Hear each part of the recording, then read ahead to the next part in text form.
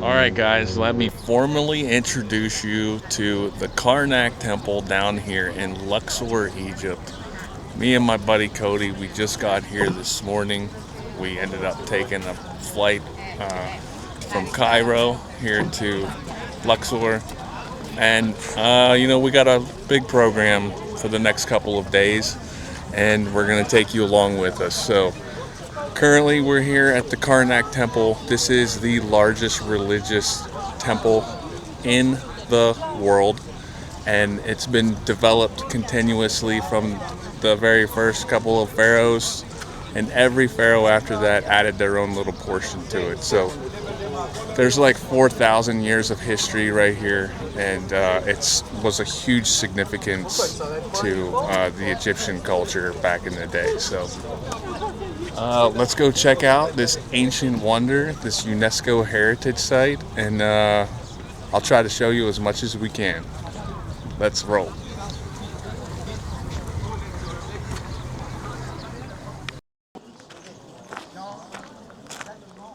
All right, check it out, guys. On both sides of the entrance here, we have the famous ram-headed sphinx that are guarding the temple. It's absolutely cool. It's so cool. Oh my God. These columns here are friggin' massive.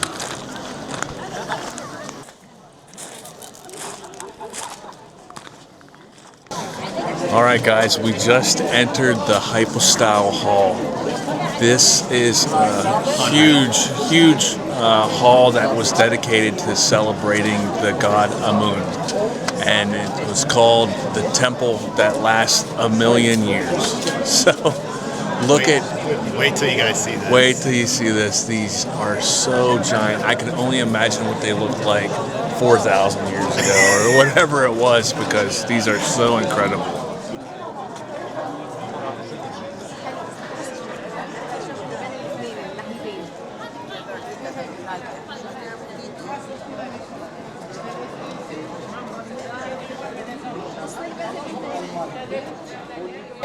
So not only is it just these big pillars, but there's 134 of these pillars that are stacked in rows. So if we just pan around, you can see the depth of the project.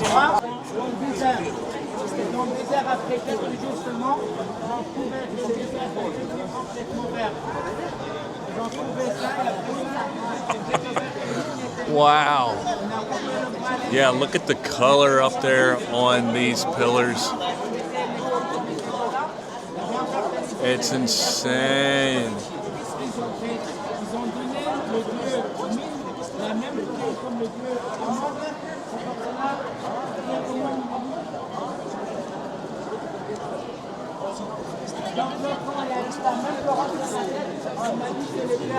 Let's go down here.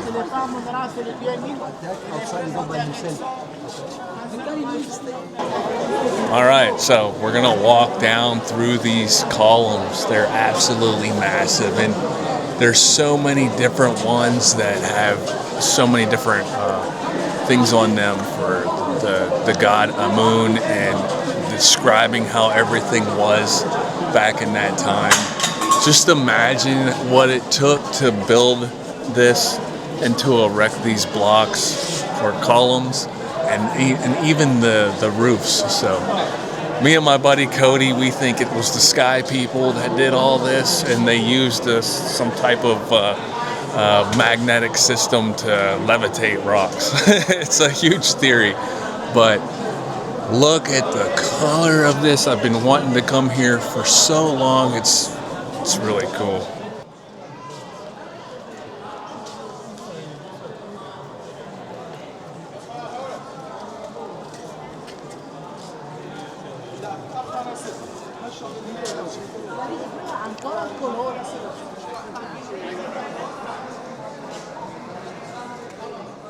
You know, just to be able to walk amongst this kind of history is really awesome.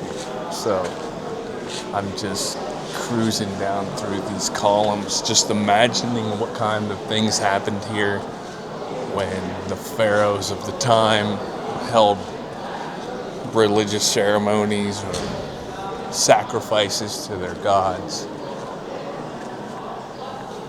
and what the mindset of them was to do this.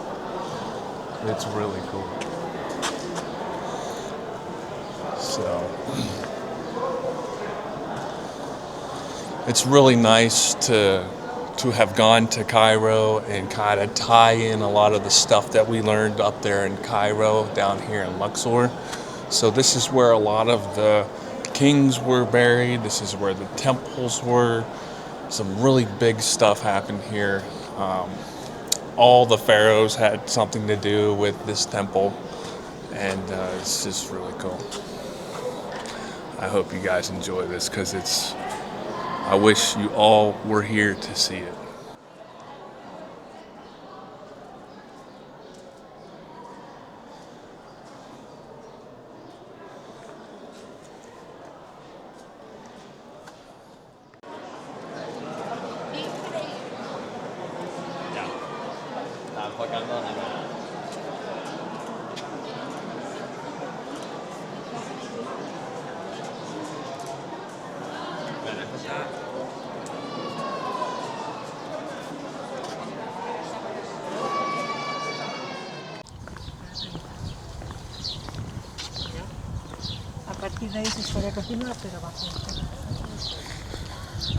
So we've been learning a little bit about the Karnak Temple and why it's in the condition that it is today. And a lot of it has to do with the crystallization of salt in the sandstone, and over years it decaying. Now, there were some other issues with flooding, and then also when different rulers came in and they started dismantling it. So luckily a lot of it is still preserved pretty well, but we can only imagine what it would have looked like in its prime. And it looks so cool right now, but back in the day, it would have been badass. So let's continue on. We got this giant obelisk over here, which is this big pointy pillar.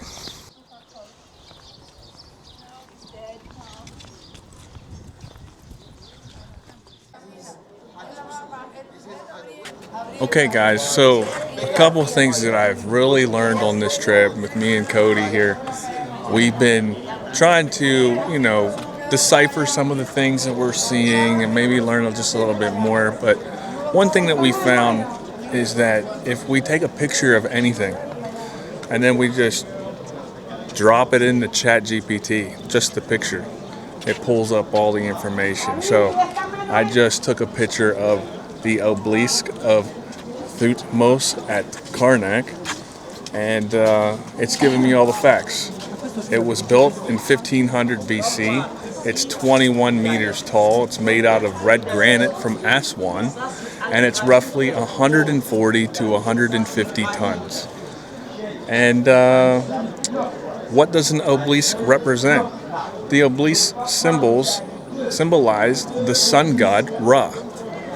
So the pointy top represents the first ray of sunlight and the moment of creation in the Egyptian mythology. Originally, the tip was covered in gold or electrum, so it would shine in the sunlight. And then all over it is hieroglyphs that talk about the time and what the god Ra does. But you have a walking guide in your hand most places that you go, and most people don't even realize that we have this powerful tool, AI, these days. And I've really found it so useful to just take a picture of anything, drop it into ChatGPT, and it gives me one of the best explanations of what I'm looking at, and even deciphering what's read on it. So really cool. There's a pro tip for everybody watching. Alright guys, so we're walking up to the Middle Kingdom Court and the Temple Akhmenu. So this is beautiful. So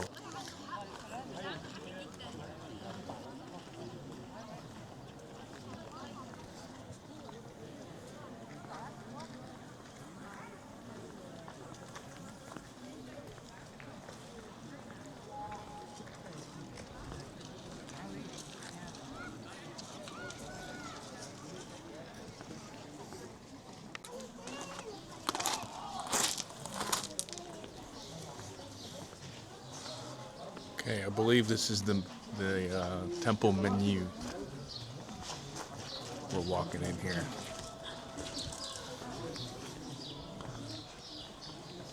The big pillars with the color.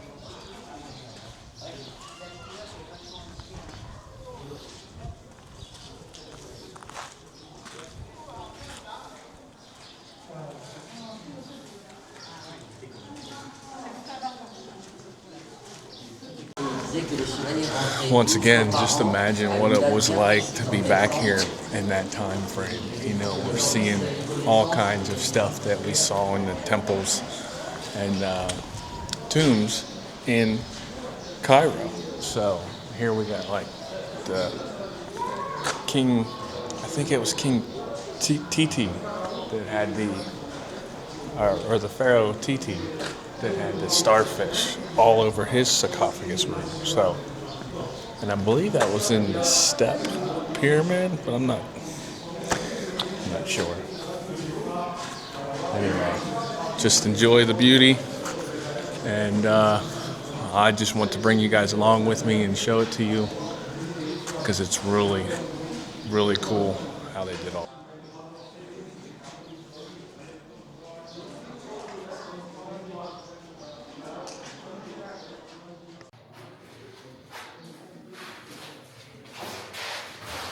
Sobre los bustos nada escrito. Nos dicen que momificar.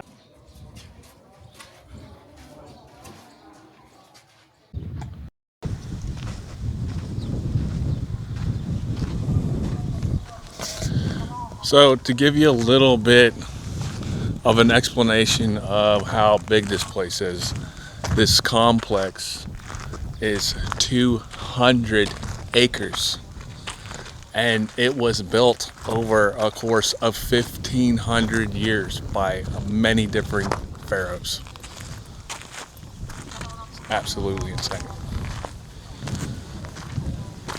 It's just a little bit of history. Just a skosh. And we will talk about him later on. Well, all right, guys, there you go. We're going to wrap up our tour of the Karnak temples here in Luxor, Egypt. This 200-acre complex is absolutely phenomenal. So if you ever get the chance to come down here, make sure you have a lot of time. And like I said before, use that ChatGPT as a tool to learn more things in a quick way, easy way.